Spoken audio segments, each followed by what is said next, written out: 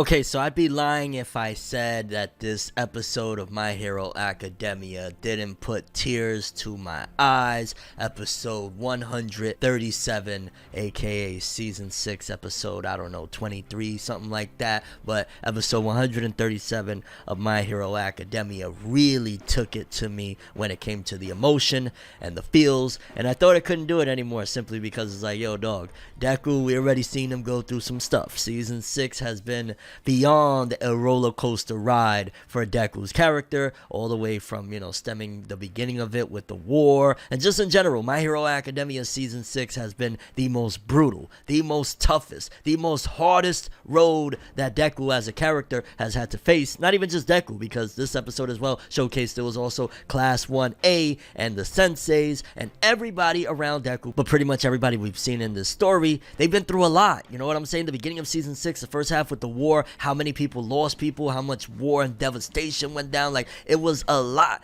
with the first half of season 6. And then the second half, we were there, on this painful mission, this solo hero, Deku going through it all on his own for the most part. Like, it's been a very, very tough season. So I didn't think, like, nah, My Hero, they can't really do it anymore. Like, they pulled out all the stops for this season. Like, cool beans. Next season, we'll check back and see what they're doing. But they ain't going to be able to top what they've done. And somehow they do, and they get the waterworks going, and let's talk about it. It's time to get out. Oh, and quickly hit that subscribe button and that bell to get notified when I drop new videos talking about My Hero Academia and a whole bunch of other anime and manga. You'll appreciate it. I'll appreciate it. Hit them buttons. So essentially the episode kicks off with a flashback of Class 1A yet again when they wanted to go and find Deku, them speaking with the principal because, at the end of the day they had to get approval, and I guess it also coincides with the whole message of this episode that, no, everybody in UA was on board, like, no, we want Deku to come back, we want to rescue Deku. It was just like, how do they go about doing it? Also, maybe the teachers felt it would be irresponsible if they were the ones to do it, simply because, like, the people that is going to reach Deku are the people that are closest to him, the people that love him. They're the ones that are going to be able to pull him, so to speak, out of the trenches of where his mind was even at. Like, Deku was at a very dark place, not only physically, going through the cities and whatnot, covered in blood, but mentally, he was at a place of everything relies on me. Everyone I love and care about, all of their issues rely on my shoulders. Not to keep harping on it because we already spoke about it in a few different videos back, but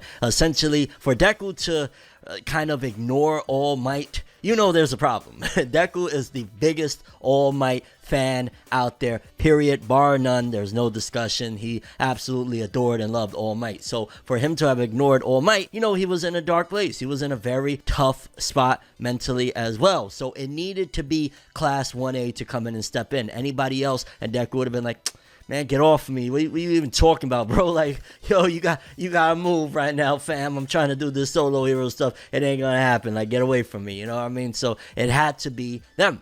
But that was essentially the catalyst to, again, it needed to have approval from everybody across the board in order for Deku to come to UA, because he is essentially being targeted, of course, by Shigaraki, All for One, and the League of Villains, and everybody that pretty much has a problem with the heroes. He had to basically get the approval of all of them from the top. So adding those scenes in of, like, even the principal being on board with, Class 1A getting him, it's good, because it's like, okay, it wasn't a sneak thing and the principal's gonna be mad. Like, he also was on board and saying, yeah, get him. However, the discrepancy continues because we cut back to where we left off last episode with essentially the people that are staying there, that are taking shelter at UA, protesting like, yo, why y'all bringing him here?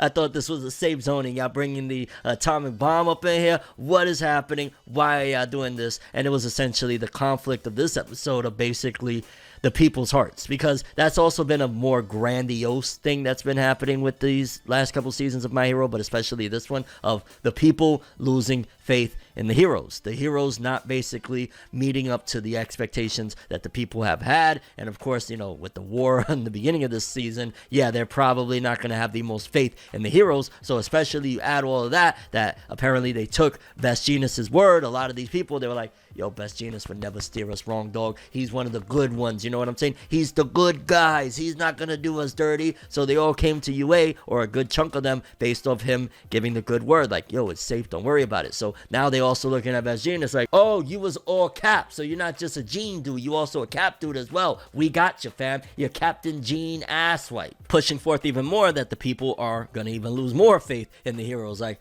yo, so now you kind of lied to us as well because you said we were safe and we're not safe. And I've said it before and I'll say it again. I definitely understand the perspective of the people. Like, flat out, you're gonna be like, what are you doing? Why are you bringing him here? They're what, you know what I'm saying? Like, they're supposed to be fortified and all that stuff. Cool beans. Like, yeah, it's safe, but you're bringing the guy that is a target that is gonna bring the threat even closer to us. So I completely understand the rationale of their perspective, but then on a grander scale, right? Because like, that's just, to a certain degree, that's being selfish. Like, flat out, you know, you could call it whatever you want, but definitely that's the people being selfish of, yo, we worried about us. Like, forget about that little boy right now. Forget about anything else. Like, we want to be safe. We want to make sure we're safe, and you bringing him here is bringing a problem to our doorstep. So you could throw the argument like, yeah, the people were being selfish, which it's not necessarily a bad thing. Like, sometimes you got to be selfish. I'm sure there's people in there that are there wanting to protect their families and whatnot, so they're going to kind of go that extra mile of, even if it comes across as being mean or whatever, like, yo, keep the atomic bomb over there right now. We ain't having it, you know what I'm saying? But big shout outs to what Horikoshi did with this character in particular, because I feel like Horikoshi, at the very least with some of the core cast of UA or 1A, Class 1A,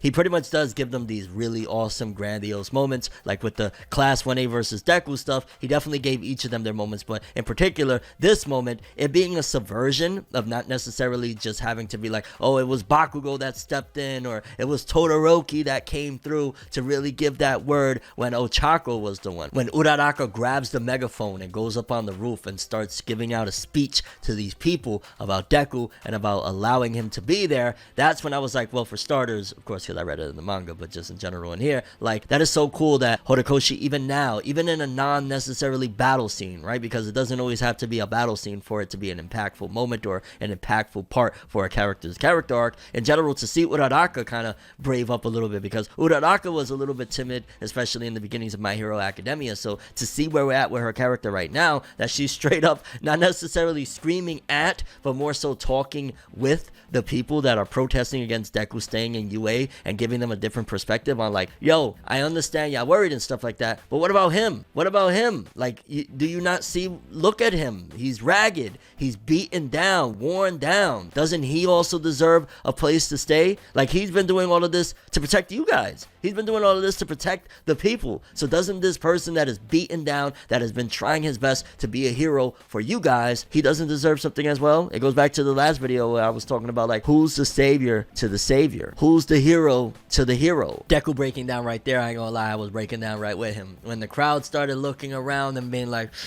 well, what about sending him to Shuketsu High? And then they're like, well, isn't that going to just put those people in danger as well? Again, it's a battle of them being selfish for themselves, but also them and Uraraka moving their hearts to look and be a little bit more compassionate and be a little bit more conscious of, yo, doesn't he deserve love and care too? Doesn't he deserve a place to rest and feel safe for the moment as well? Like, is that all y'all think about is yourselves? Y'all not thinking about this boy? So Uraraka kind of giving that speech from the high up also gives a different perspective to the people and changes their hearts, and it was amazing. Take notes, shonen authors. I really hope they do take notes that it don't have to be an action scene. It don't have to be a dramatic scene of somebody getting hurt or anything like that to give the main female protagonist of a series a great moment. Like, this was a fantastic moment. This will go down as one of the higher moments of Uraraka's whole character, and it's not a bad moment and it's not an unimportant moment. This is a moment where she changed the hearts of the people that they're trying to protect, because let's not get it twisted. There's no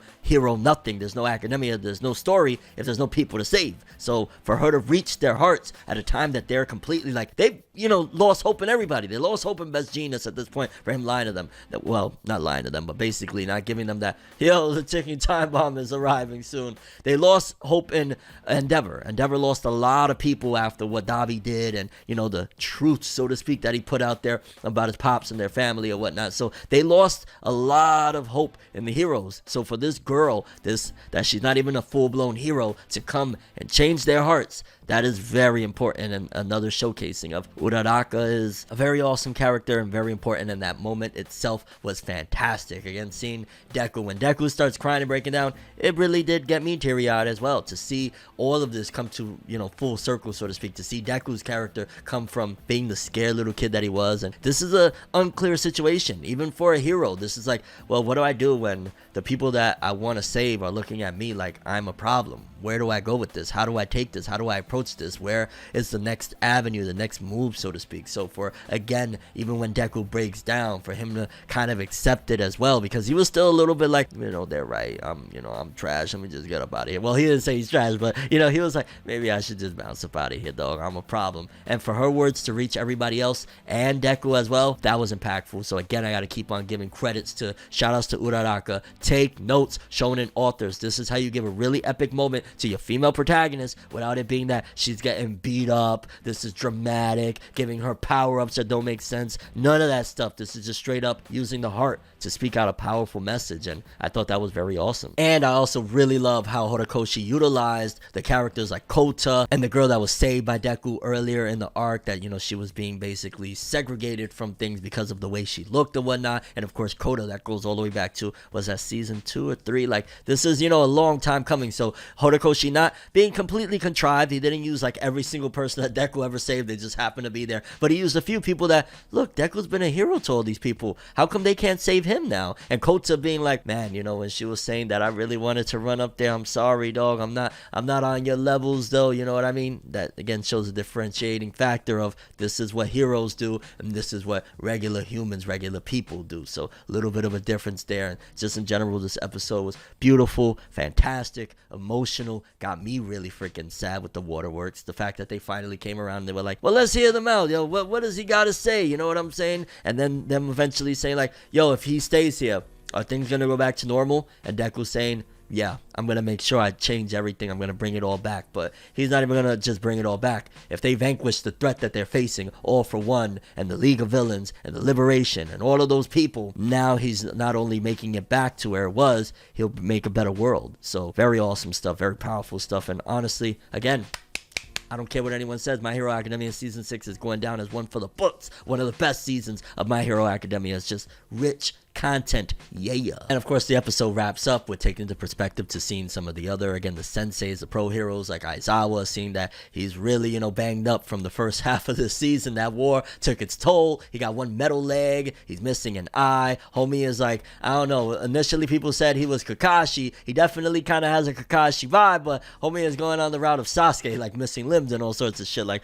poor Aizawa. But seeing the whole situation with the Kurogiri, how every day he's still trying to reach his friend, very, again, emotional stuff, but at the same time optimistic that he's not giving up on his friend. That's what a hero does. And then the end of the episode with All Might leaving to go find more civilians and Stain on the rooftops following him is like, oh, this is getting so hyped. This is exciting. And again, overall fantastic episode. It had me teary-eyed, and I felt like they did a phenomenal job. Studio Bones, I can't stress enough. Thank you for taking the criticisms from Season 5 and applying a lot more of improvement and greatness for Season 6 of My Hero Academia. I'm ForneverWorld, and as always, people, have an awesome day. Subscribe and hit that bell to get more. Yeah. If the wolves could talk, they would probably read Greek, and I'd probably say, bitch, get the fuck off me.